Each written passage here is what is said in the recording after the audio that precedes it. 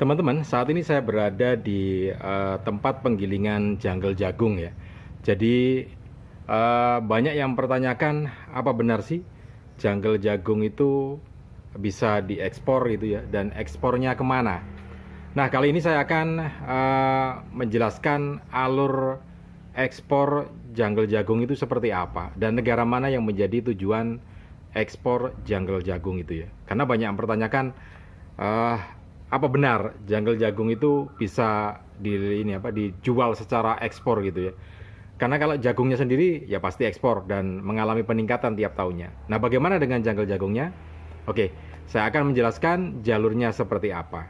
Tapi sebelumnya, jangan lupa untuk Anda yang belum subscribe, subscribe terlebih dahulu channel saya ini supaya kita lebih bersemangat lagi untuk memberikan update terbaru dari kiat bisnis atau hal-hal yang berkaitan dengan ide bisnis ini ya. Kemudian jangan lupa tekan tombol loncengnya supaya Anda bisa mendapatkan notifikasi atau pemberitahuan kalau channel ini melakukan update informasi. Dan jangan lupa share ke teman atau kolega Anda. Siapa tahu nanti teman-teman Anda memerlukan informasi ini. Pahala untuk Anda karena sudah berbagi informasi atau sodako informasi. Baik teman-teman, saya akan menjelaskan tentang apa ya janggal jagung itu bisa diekspor gitu ya. Dan jawabannya memang iya. Jadi janggal jagung itu bisa dilakukan atau bisa kita kirim, kita jual secara ekspor ke beberapa negara, di antaranya Jepang dan Korea Selatan gitu ya. Nah, untuk apa janggal jagung itu diekspor ke Korea dan juga ke Jepang gitu ya? Kegunaannya ada dua yang paling utama, yaitu untuk bahan jamur, kemudian media jamur, kemudian juga untuk pakan ternak. Mungkin agak aneh gitu ya, apa di Korea tidak ada janggal jagung sehingga harus impor dari Indonesia? Ya memang tidak ada, bukan tidak ada, tapi tidak kapasitasnya tidak akan bisa memenuhi permintaan para petani jamur di sana dan juga peternak di sana ya. Karena di sana tanaman jagung itu hanya bisa satu musim saja, yaitu musim panas atau musim kemarau. Itu bisa ditanam jagung. Tetapi selebihnya di musim gugur, musim salju itu tidak bisa dilakukan karena suhunya sudah tidak memungkinkan lagi dan kondisi iklimnya nggak akan bisa tumbuh gitu ya. Nah, karena itu diimpor dari Indonesia.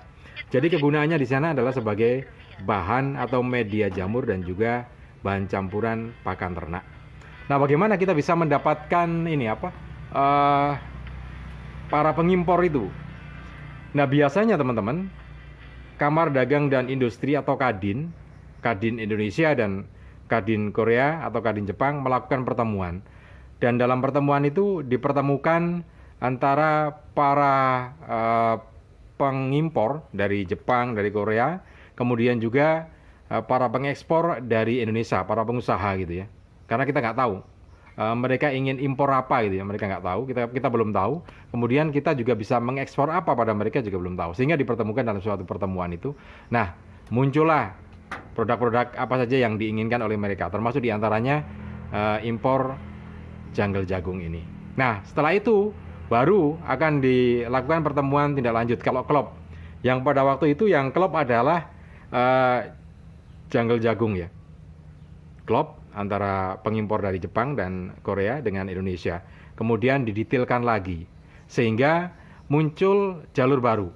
Yang pertama adalah pengimpor, kemudian yang kedua adalah pengekspor. Nah, pengekspor ini harus punya administrasi ya, punya persyaratan-persyaratan untuk ekspor. Nah, pengekspor janggal jagung tentu tidak bisa atau sangat repot kalau dia harus memproduksi sendiri. Karena janggal jagung yang diekspor itu harus memenuhi kriteria tertentu yang ditentukan oleh mereka. Di antaranya harus sudah digiling, kemudian tingkat kadar airnya antara 15-17% kadar airnya, kemudian juga sudah digiling dan pada waktu pengiriman harus dalam bentuk balok gitu ya, sehingga dipres ulang lagi. Ini kan yang jadi agak repot. Janggal, kemudian digiling, kemudian dipres lagi, dibuat kotak-kotak gitu ya, balok gitu, kemudian baru diekspor. Nah, prosesnya semacam itu. Sehingga para pengekspor janggal jagung yang ada di Indonesia ini tentu tidak bisa atau akan repot kalau harus memproduksi sendiri. Karena kan kuotanya cukup besar gitu ya. Sehingga dari pengekspor itu muncul lagi rekanan-rekanan. Rumah produksi untuk jungle jagung itu. Nah, dari rumah produksi itulah kemudian di-store ke pengekspor itu. Nah, yang menarik teman-teman, di Indonesia sendiri untuk pengekspor jungle jagung ini memang masih minim ya, masih minim jumlahnya. Yang ada di Nusa Tenggara Timur, kemudian di Sulawesi ada, kemudian di Jawa Timur juga ada. Nah, memang tidak banyak jumlahnya. Karena memang sebetulnya kalau dilihat lebih rigid lagi, memang agak repot ya mengurusi jungle jagung giling itu. Jadi tadi saya lanjutkan ya, kalau tadi sudah ada pengekspor, kemudian pengekspor ini akhirnya membuat rumah produksi. Jadi rumah produksi, kemudian dari rumah produksi yang besar dimiliki pengekspor itu dipecah lagi menjadi kolega-kolega atau rekanan yang memproduksi jungle jagung giling itu. Nah, dari jungle jagung giling itulah, dari rumah produksi rekanan itu dikirim ke pengekspor. Kemudian pengekspor mengirim ke negara tujuan di Jepang dan juga di Korea Selatan. Jadi prosesnya semacam itu. Kalau untuk pengekspor memang jumlahnya tidak terlalu banyak. Sehingga yang bisa dilakukan oleh warga biasa ya tentu saja mencari pengekspornya itu. Jadi rekanan. Paling rekanan untuk memproduksi rumah produksi jungle jagung giling. Jadi prosesnya seperti ini. Kalau dimulai dari hulu ya. Dari hulu kita mengumpulkan jungle gitu ya. Rumah produksi itu mengumpulkan jungle dari para petani, kemudian jungle itu dikeringkan sampai kadar airnya 17%, kemudian digiling. Nah, setelah digiling baru dikirim ke pengekspor. Nah, pengekspor sendiri pun tidak sesederhana itu, karena kadang-kadang rumah produksi ini juga banyak yang tidak disiplin ya. Ada yang tidak disiplin sehingga kadar airnya kadang-kadang masih tinggi. Nah, akhirnya pengekspor yang kemudian membuat kadar airnya jadi rendah seperti yang diinginkan 17%. Akhirnya membuat pengering yang ini ya, pengering dari menggunakan mesin atau listrik atau energi yang lainnya, pengering.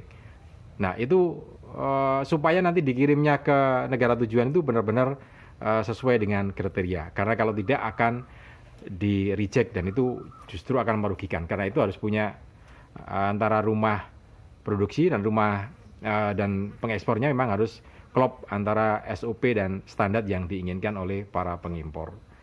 Oke teman-teman, itu yang bisa saya sampaikan tentang kaitan dengan bisnis jungle jagung ini, apa benar-benar bisa diekspor gitu ya, dan untuk apa sebetulnya itu ya. Dari sini mudah-mudahan informasi ini bermanfaat untuk Anda.